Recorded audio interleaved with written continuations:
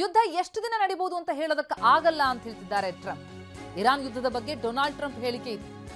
ಎಷ್ಟು ದಿನಗಳ ಕಾಲ ಅವಶ್ಯಕತೆ ಇದೆಯೋ ಅಷ್ಟು ದಿನ ನಡೆಯುತ್ತೆ, ಇರಾನ್ನಲ್ಲಿ ಎಲ್ಲವೂ ಸರ್ವನಾಶವಾಗಿದೆ ಅಂತ ಟ್ರಂಪ್ ಹೇಳಿಕೆ ಕೊಡ್ತಿದ್ದಾರೆ. ಸ್ವಲ್ಪ ಸಮಯದ ಹಿಂದೆ ನನ್ನ ನಿರ್ದೇಶನದಂತೆ ಯುನೈಟೆಡ್ ಸ್ಟೇಟ್ಸ್ ಸೆಂಟ್ರಲ್ ಕಮಾಂಡ್ ಮಧ್ಯಪ್ರಾಚ್ಯದ ಇತಿಹಾಸದಲ್ಲೇ ಅತ್ಯಂತ ಶಕ್ತಿಶಾಲಿ ಬಾಂಬ್ ದಾಳಿಗಳಲ್ಲಿ ಒಂದನ್ನು ನಡೆಸಿದೆ.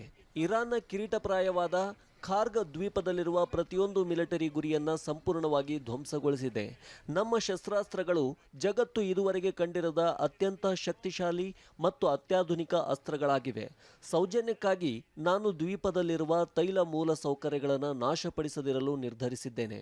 ಆದಾಗ್ಯೂ ಇರಾನ್ ಅಥವಾ ಬೇರೆ ಯಾರೇ ಆಗಲಿ ಹೊರ್ಮುಜ್ ಜಲಸಂಧಿಯ ಮೂಲಕ ಹಡಗುಗಳ ಮುಕ್ತ ಮತ್ತು ಸುರಕ್ಷಿತ ಸಂಚಾರಕ್ಕೆ ಅಡ್ಡಿಪಡಿಸಲು ಮುಂದಾದರೆ ನಾನು I can't tell you that. I mean, I have my own idea, but what good does it do?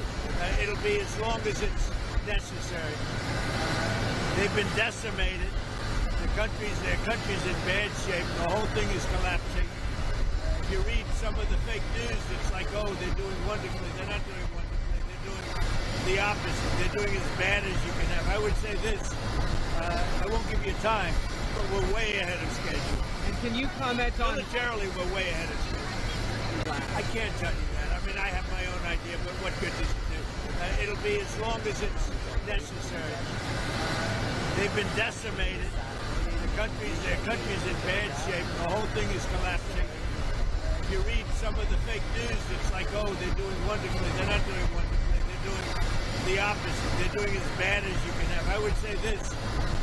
I won't give you time, but we're way ahead of schedule. And can you comment on... Militarily, we're way ahead of schedule.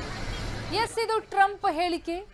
ಎಷ್ಟು ದಿನ ಯುದ್ಧ ನಡೆಯುತ್ತೋ ಎನ್ನುವುದು ಹೇಳೋದಕ್ಕೆ ಆಗಲ್ಲ ಅಂತಿದ್ದಾರೆ. ಅಂದ್ರೆ ಇನ್ನಷ್ಟು ದಿನಗಳ ಕಾಲ ಯುದ್ಧೋನ್ಮಾದ ಮುಂದುವರಿತೆ ಎನ್ನುವಂತಹ ಸೂಚನೆಯನ್ನ ಟ್ರಂಪ್ ಕೊಡ್ತಾ ಇದ್ದಾರೆ.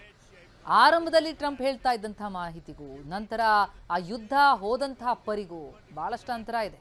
ಯಾಕಂದ್ರೆ ಇರಾನ್ ಕೂಡ ಅಷ್ಟೇ ಬಹಳ ಪ್ರತಿರೋಧವನ್ನು ತೋರಿಸ್ತಾ ಬಂದಂತಹ ಹಿನ್ನೆಲೆಯಲ್ಲಿ ಈ ಯುದ್ಧ ಇನ್ನಷ್ಟು ತೀವ್ರ ಸ್ವರೂಪ ಪಡ್ಕೊಂಡಿದೆ.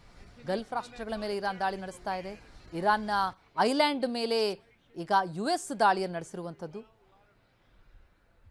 ಅತಿ ದೊಡ್ಡದಾದಂತಹ ದಾಳಿಯನ್ನು ಮಾಡಿದ್ದೇವೆ ಅಂತ ಟ್ರಂಪ್ ಬೆಳಗ್ಗೆ ಹೇಳಿಕೆಯನ್ನು ಕೊಟ್ಟರು. ಕಾರ್ಗ್ ಐಲ್ಯಾಂಡ್ ಮೇಲೆ ಆದಂತಹ ದಾಳಿ ಬಗ್ಗೆ ಟ್ರಂಪ್ ಮಾತನಾಡಿದ್ರು.